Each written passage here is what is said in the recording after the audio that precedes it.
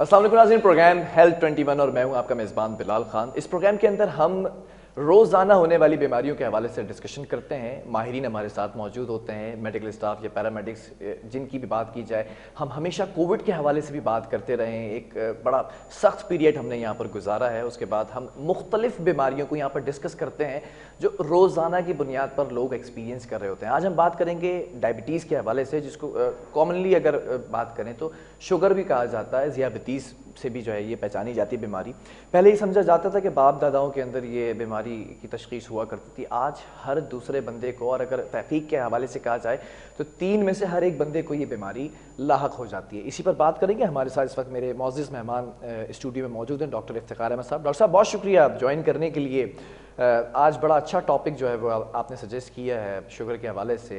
Diabetes basically है क्या? सबसे पहले इसे जानना ज़रूरी है, क्योंकि जब तक हम जानते नहीं हैं, हर शख्स ये कहता है कि मीठा ज़्यादा नहीं खाओ बल्कि क्योंकि शुगर हो जाएगी। ये एक मिथ भी है। आज इन तमाम चीज़ों को हम डिस्क्लोज़ करेंगे। सबसे पहले डायबिटीज़, ये टर्मिनोलॉजी मैंने यूज़ की है, ये है क्या? अस्सलाम वालेकुम। सबसे पहले तो बहुत शुक्रिया बिलाल आपका और K21 का, और स्पेशली ईसा लैब का, जिन्होंने मुझे यहाँ पर जो है वो डायबिटिक के हवाले से और शुगर के हवाले से जो है वो कंसर्न जो लोगों के इश्यूज़ हैं उसके बारे में डिस्कस करने के लिए बुलाया है। सबसे पहले आपने जो क्वेश्चन किया है बहुत अच्छा सवाल है कि लोगों को सबसे पहले अवेयर ही नहीं होता कि डायबिटीज़ या शुगर जो है वो होती क्या है। अब वो उनके अंदर, जैसे एक आप मिसाल ले लें कि आपके घर में लकड़ी के दरवाजे हैं, विंडो हैं, और उसके अंदर जो है वो दीमक जिस तरह जो है वो क्रिएट होती है, हमें नहीं पता चलता। जब वो डैमेज हो चुकी होती है तब हमें उसका लुबे लुबाब पता चलता है कि वो दीमक की तरह खा रही होती है। तो इसी तरह शुगर भी हमारे जिस्म में, बेसिकली इंसान को अल्लाह ताला ने अशरफुल मखलूक़ात बनाया है, तो उस हवाले से इंसान के अंदर जितने भी सिस्टम्स होते हैं वो ख़ुद ऑटोमेटिकली हर चीज़ को, जो चीज़ हमारे जिस्म में स्टोर हो रही होती है उसको ख़त्म भी कर रहे होते हैं, और जो चीज़ हमारे जिस्म से कह लें कि एक्स्ट्रा ऑर्डनरी तौर पे जमा होने के बाद हमें मुख्तलिफ़ चीज़ों में यूटिलाइज़ होती है, वो यूटिलाइज़ भी हो रही होती है। ठीक है। तो अगर हम शुगर या ज़ियाबतीस के हवाले से डिस्कस करें तो ये एक आजकल बहुत कॉमन हो गया है कि इसके बारे में लोगों को पता नहीं होता। तो सबसे पहले मैं बताना चाहूँगा कि इंसुलिन एक फैक्टर होता है हमारे जिस्म में, जो पैंक्रियाज यानी लबलबे से पैदा होता है। तो अच्छा। वो बेसिकली लोगों में, या कह लें कि जो लोग डायबिटिक में मुब्तला हो रहे होते हैं, तो उसके जो असरात हैं जिस्म के अंदर वो ख़त्म होना शुरू हो जाते हैं। यानी इंसुलिन जो है वो जिस्म से आहिस्ता आहिस्ता उसके जो असर करने की सलाहियत है वो ज़ायल होना शुरू हो जाती है। ठीक है।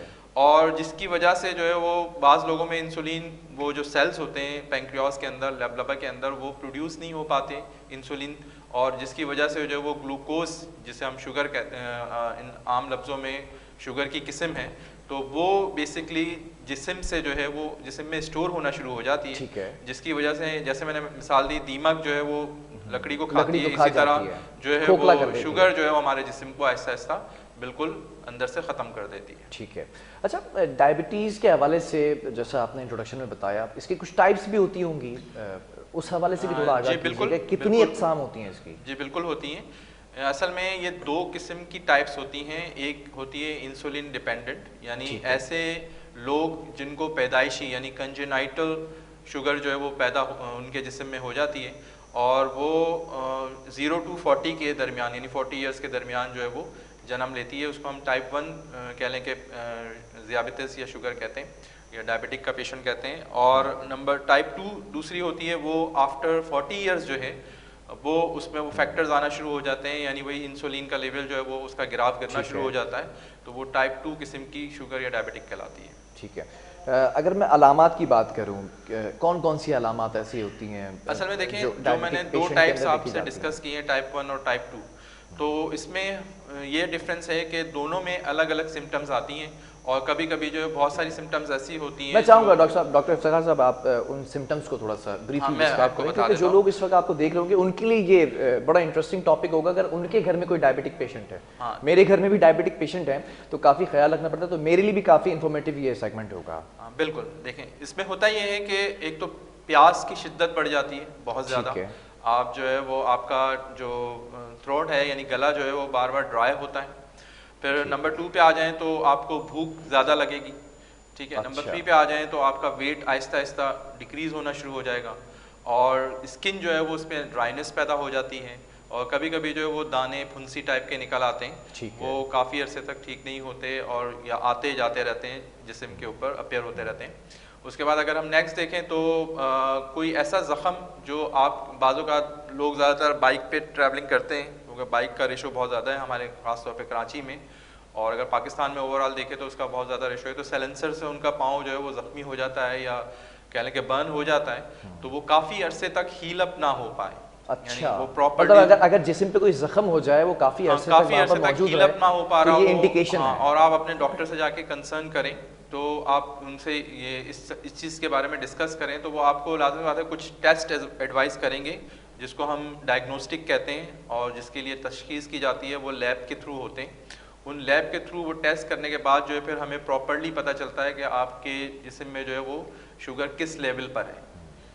तो ये वो सिम्टम्स, वो अलामात होती हैं। और कुछ ऐसा भी होता है, कुछ फीमेल्स के हवाले से अगर हम डिस्कस करें तो जिनके यहाँ बच्चे पैदा होते हैं और रेगुलरली, यानी उनकी तादाद ज़्यादा है और वो बहुत ज़्यादा हेल्दी पैदा हो रहे हैं, यानी मोटापे जिसे कहते हैं 9 पाउंड से ज़्यादा, अगर जो फीमेल अपने बच्चों को जन्म देती हैं तो उनके अंदर भी शुगर होने के चांसेस होते हैं। और बाज़ औक़ात गैस्टेशनल डायबिटिक हो जाती है, यानी कह लें कि प्रेगनेंसी के दौरान जो है वो कुछ टेस्ट करवाए जाते हैं, तो उससे पता चलता है कि मदर के अंदर जो है वो शुगर जन्म ले रही है। अगर 9 पाउंड से ज़ायद का बच्चा जन्म लेता है तो शुगर की अलामत ऐसी फीमेल जो 9 पाउंड से ज़ायद के एक जनरल क्वेश्चन है कि बच्चे की पैदाइश के वक्त एक मुतवाज़ुन जो वजन होता है वो कितना होना चाहिए? देखें, वो प्रेगनेंसी जब चल रही होती है ना, तो उस वक्त हम मोस्ट प्रॉब्ली जो है वो फीमेल को डायग्नोस कर रहे होते हैं कि उनका वेट कितना बढ़ रहा है। ठीक है, वो लाज़मी बात है, उनकी जो लेडी डॉक्टर होती हैं, जो उनकी गायनोकोलॉजिस्ट होती हैं, वो इसी चीज़ को कंसर्न करती हैं कि इनका वेट कितना बढ़ रहा है। तो उसी हवाले से फिर वो टेस्ट करवाया जाता है, तो वो गैस्टेशनल डायबिटीज़ कहलाती है। अगर पहले से ही किसी हामला खातून के जो है वो डायग्नोस हो चुका है कि डायबिटिक पेशेंट है, तो पैदा होने वाले बच्चे पर असर ज़रूरी नहीं है। जैसे मैंने बता दिया कि कंजेनाइटल डायबिटिक होती है, यानी जो बच्चा पैदा होता है और उसके पैदाइशी तौर पे जो वो शुगर डायग्नोज हो जाती है उसमें, तो फिर वो इंसुलिन पर आ जाता है, वो हम टाइप 1 कहते हैं, यानी इंसुलिन डिपेंडेंट पैदाइश से ही उसको इंसुलिन लगेगा, क्योंकि उसकी शुगर जो है वो विदाउट इंसुलिन कंट्रोल नहीं हो सकती। लाज़मी बात है वो जो कह लें कि इंसुलिन क्रिएट हो रहा होता है पैंक्रियास से, वो उसके अंदर होता ही नहीं है मोस्ट प्रॉब्लम। डॉक्टर साहब, एक सवाल और है, मैं ये भी बता दूँ, मेरे फादर भी जो है वो डायबिटिक पेशेंट हैं और बहुत सारे ऐसे लोग भी हैं जिनको मैं जानता हूँ जो डायबिटिक पेशेंट हैं। ये जानना इंतहाई ज़रूरी है कि शुगर या ज़ियाबतीस की बात की जाए, ये किन किन अफराद को होता है? देखें, मैं थोड़ा सा और इसको सिंप्लीफाई कर देता हूँ। क्या एज का तयन रखा जाता है? एज ज़रूरी है कि इतनी ही एज में जाके ये बीमारी होती है, या फिर आजकल हर शख्स को होती रहती है? इस हवाले से मैंने पूछा कि किन किन अफराद को ये होता है। देखिए, सबसे पहले एक तो हाइपरटेंशन, जिसे हम ब्लड प्रेशर का आर्जा कहते हैं, फिशार खून, जो कि आजकल हर दूसरा शख्स है जी। और दूसरा जो है वो शुगर, यानी डायबिटिक या ज़ियाबतीस। ठीक है, ये दो चीज़ें हैं जो कि मोस्ट प्रॉब्ली इसमें एज फैक्टर नहीं होता। ठीक है, एज फैक्टर इसलिए नहीं होता कि ये आपको अपनी ज़िंदगी में कभी भी हो सकती है। ठीक है, स्पेशली जिनके बैकग्राउंड में ये चीज़ें चल रही हैं, यानी नस्ली तौर पे ये चीज़ें आ रही हैं, तो वो लाजमी बात है उसको बहुत ज़्यादा प्रिकॉशंस की ज़रूरत होती है। और अपना लाजमी बात है अपना टेस्ट जो है वो 6 मंथ में या 3 मंथ्स में या ईयरली वो उसको करने चाहिए। अब इसकी तशखीस के हवाले से, डायग्नोस्टिक के हवाले से अगर हम ज़ियाबतीस की बात करें तो उसमें हमें ज़रूरी है कि कुछ स्पेसिफिक टेस्ट हैं जो करवाने चाहिए, और इस हवाले से मैं लोगों को ये मशवरा देना चाहूँगा, रूटीन के अंदर एक आम शख्स भी ये कराता रहे। जी, अब मैं लोगों के हवाले से ये बड़ी अच्छी बात है, ये जरूर मैं आपको ज़रूर मशवरा देना चाहूँगा कि लोग गिफ्टिंग करते हैं, ठीक है, बाहर आउटडोर खाने पे चले जाते हैं, ठीक है, बड़ी से बड़ी सेलिब्रेशन कर लेते हैं, तो उससे अच्छा ये है कि वो आप अपनी फैमिली केयर के हवाले से अपनी फैमिली के टेस्ट करवा लिया करें। ठीक है, कौन से टेस्ट? अब वो टेस्ट जो ज़रूरी होते हैं, यानी गिफ्ट के तौर पे आप करवा लें, जैसे लोग वेडिंग एनिवर्सरी मना रहे होते हैं, सालगिरह मना रहे होते हैं अपने बच्चों की, तो आप उसको एज अ गिफ्ट के तौर पे वो टेस्ट अपने ऐड कर लें। ठीक है, और उससे ये होगा कि वो टेस्ट जो ज़रूरी होते हैं उनमें आपको स्पेसिफाई कर देता हूँ। ख़ास तौर पे शुगर के हवाले से, ज़ियाबतीस के हवाले से एक टेस्ट होता है, वो हम रूटीन टेस्ट ऑफ यूरिन कहलाता है। ठीक है, और उसमें माइक्रोस्कोपिक यूरिन टेस्ट भी आ जाता है। ठीक है, उसके थ्रू भी डायग्नोज हो जाती है। और इसके अलावा एक आप बाज़ औक़ात बहुत सारे घरों में मोस्टली अगर आप एक रेशो निकालें तो उसमें 40-50% जो रेशो आता है हमारी जो है वो लोगों के हवाले से, उनके यहाँ डायबिटिक ग्लूकोमीटर होता है। ठीक है, उस ग्लूकोमीटर से भी आप घर में चेक कर सकते हैं। मतलब आप ये समझ लो कि ये ग्लूकोमीटर घर में होना चाहिए, जरूरी है, मोस्टली होना चाहिए। खैर अब तो इतनी कॉस्ट नहीं होती, पहले बहुत एक्सपेंसिव होते थे, अब इतनी कॉस्टली नहीं होते, तो वो होना चाहिए। तो उससे आप जो है वो शुगर टेस्ट आप अपना घर पे बैठे ही फॉलो अप कर सकते हैं, ठीक है। वरना आप लैब से करवाना चाहें तो शुगर टेस्ट फास्टिंग और ये आपने बड़ी इंपॉर्टेंट बात बताई, क्योंकि नॉर्मली अगर खासतौर पे मर्दों की बात की जाए तो इनकी आउटिंग्स होती हैं, घर से बाहर ज़्यादातर खाने खाते हैं। मैं खुद भी यही हैबिट है कि ज़्यादातर बाहर ही खाना खाया जाता है, खासतौर पे चैनल में होते हैं, डिनर हमारा बाहर होता है, तो इसका मतलब हमें ग्लूकोमीटर रख लेना चाहिए। अब मैं आपको यही बताऊं, जो पुराने ज़माने के लोग थे ना, वो टिफ़िन अपना घर से बना के लेके जाते थे, ठीक है। आजकल लोगों के पास टाइम नहीं होता, उनके घर वालों के पास टाइम नहीं होता, वो सो के देर से उठते हैं, बंदा 6 बजे निकल जाता है, 7 बजे निकल जाता है, और उसके जो है वो कोई टिफ़िन तैयार नहीं होता, टिफ़िन का कॉन्सेप्ट ख़त्म हो गया। तो सबसे बड़ा मसला यही हो गया है कि जो लोग आउटडोर बहुत ज़्यादा इनटेक कर रहे हैं, यानी खाना, लंच, डिनर सब बाहर कर रहे हैं, तो वहाँ पे जो वो चीज़ खाने में यूज़ हो रही है, ठीक है, वो जो मटेरियल यूज़ हो रहा है उसका हमें नहीं पता होता, ठीक है, ना हम बैठ के अपने सामने बनवा रहे हैं। डॉक्टर साहब, मैं ये भी जानना चाहूँगा, अब इस बीमारी से पेचीदगियाँ क्या होती हैं जिसमें जो जन्म लेती हैं? हाँ, अब ये देखें, पहले तो मैं थोड़ा सा टेस्ट का बता दूं आपको, कौन से टेस्ट नेसेसरी हैं। एक तो मैंने आपको बता दिया यूरिन टेस्ट आप करवा लें, ठीक है। दूसरा मैंने आपको बता दिया शुगर टेस्ट होता है, ठीक है, वो रैंडम और फास्टिंग होता है। फास्टिंग से बता दिया कि 6-7 घंटे की फास्टिंग होनी चाहिए आपकी, आपने कुछ खाया ना हो, ठीक है, पानी पी सकते हैं, कुछ खाया ना हो। और रैंडम होता है खाने के आफ्टर 2 आवर्स, ठीक है। और एक टेस्ट होता है जो बहुत अहम है, जिसे हम HbA1c कहते हैं, ठीक है। ये कह लें कि रेशो में आता है, यानी परसेंटेज में आता है। इसका रेशो मैं थोड़ा सा आपको बता दूं, ये तकरीबन 4 से लेके 4.5 तक जो है वो एक नॉर्मल रेशो है किसी भी आम इंसान का, जो नॉर्मल, जिसके अंदर शुगर डायग्नोज नहीं हो रही, ठीक है। अगर 4.5 से लेके 6.4 तक आ रहा है उसका रेशो, तो वो इसका मतलब है प्री डायबिटिक में आ रहा है। अच्छा, हाँ, अब लोग ये कहते हैं कि प्री डायबिटिक क्या होता है। प्री डायबिटिक का मतलब ये है कि आप बाउंड्री पे खड़े हुए, आप शुगर में मुब्तला भी हो सकते हैं, आप अपने आप को मेंटेन भी कर सकते हैं। अच्छा, ठीक है। और तीसरी चीज़ जो है वो होता है, बंदा डायबिटिक में मुब्तला हो गया, वो 5.7 से ऑनवर्ड जितनी भी ऊपर आएगी उसकी परसेंटेज HbA1c की, तो वो मोस्ट प्रॉब्ली जो है वो शुगर में या कह लें कि डायबिटिक में मुब्तला होगा वो शख्स। ठीक है। शुगर के मरीज़ों के लिए कोई एक एंड में कोई पैगाम देना चाहेंगे, ख़ास तौर पे किस तरह से प्रिकॉशनरी मेयर्स जो है वो रख सकते हैं? हाँ बिल्कुल, मैं कहना चाहूँगा सबसे पहले तो आप अपनी मोड ऑफ लाइफ यानी लाइफ स्टाइल को आप बेहतर करें, ठीक है।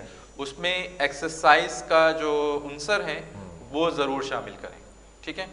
अपनी हेल्थ को अगर आपने मेंटेन रखना है तो आप लाज़मी बात है अपनी बॉडी को मेंटेन रखेंगे तो आपके इंटरनल ऑर्गन्स भी मेंटेन रहेंगे, ठीक है। उससे कभी भी मैं आपको श्योरिटी दे सकता हूँ कि ना आप हाइपरटेंशन में आएंगे और ना ही आप डायबिटिक होंगे, ठीक है। इसमें ओबेसिटी सबसे बड़ा फैक्टर आता है।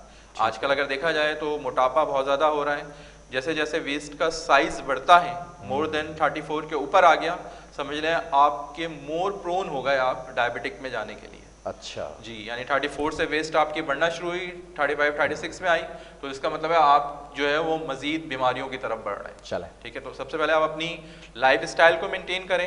दूसरा, स्मोकिंग नहीं होनी चाहिए। अच्छा। अब जैसे मैंने लोग बाहर के खाने, बहुत जंक फूड वगैरह खाते हैं, आजकल जंक फूड में भी बहुत ज़्यादा जो है वो कह लें कि तड़के लगा के, जी तड़के लगे हुए होते हैं। दूसरा, डिस्काउंट पैकेजेस चल रहे होते हैं। हाँ। फिर लोगों के किचन बंद हो गए, बहुत सारी इंडस्ट्रीज इन्वॉल्व हो गई हैं प्रोवाइड करने में घर में, तो आरामदेह हो गए। तो सबसे पहले वही मैंने बताया, मोड ऑफ लाइफ अगर आपकी अच्छी होगी तो आप कभी भी किसी भी बीमारी में नहीं जा सकते, इवन के स्ट्रेस से भी आप बच सकते हैं। डॉक्टर साहब बहुत शुक्रिया आपका, इतना इंफॉर्मेटिव ये सेगमेंट रहा।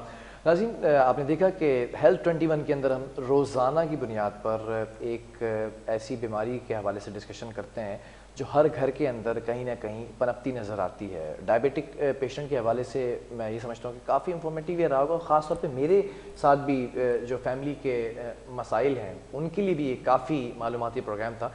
एक बार फिर हाजिर होंगे, अपने मेज़बान को दीजिए इजाज़त। अल्लाह हाफ़िज़।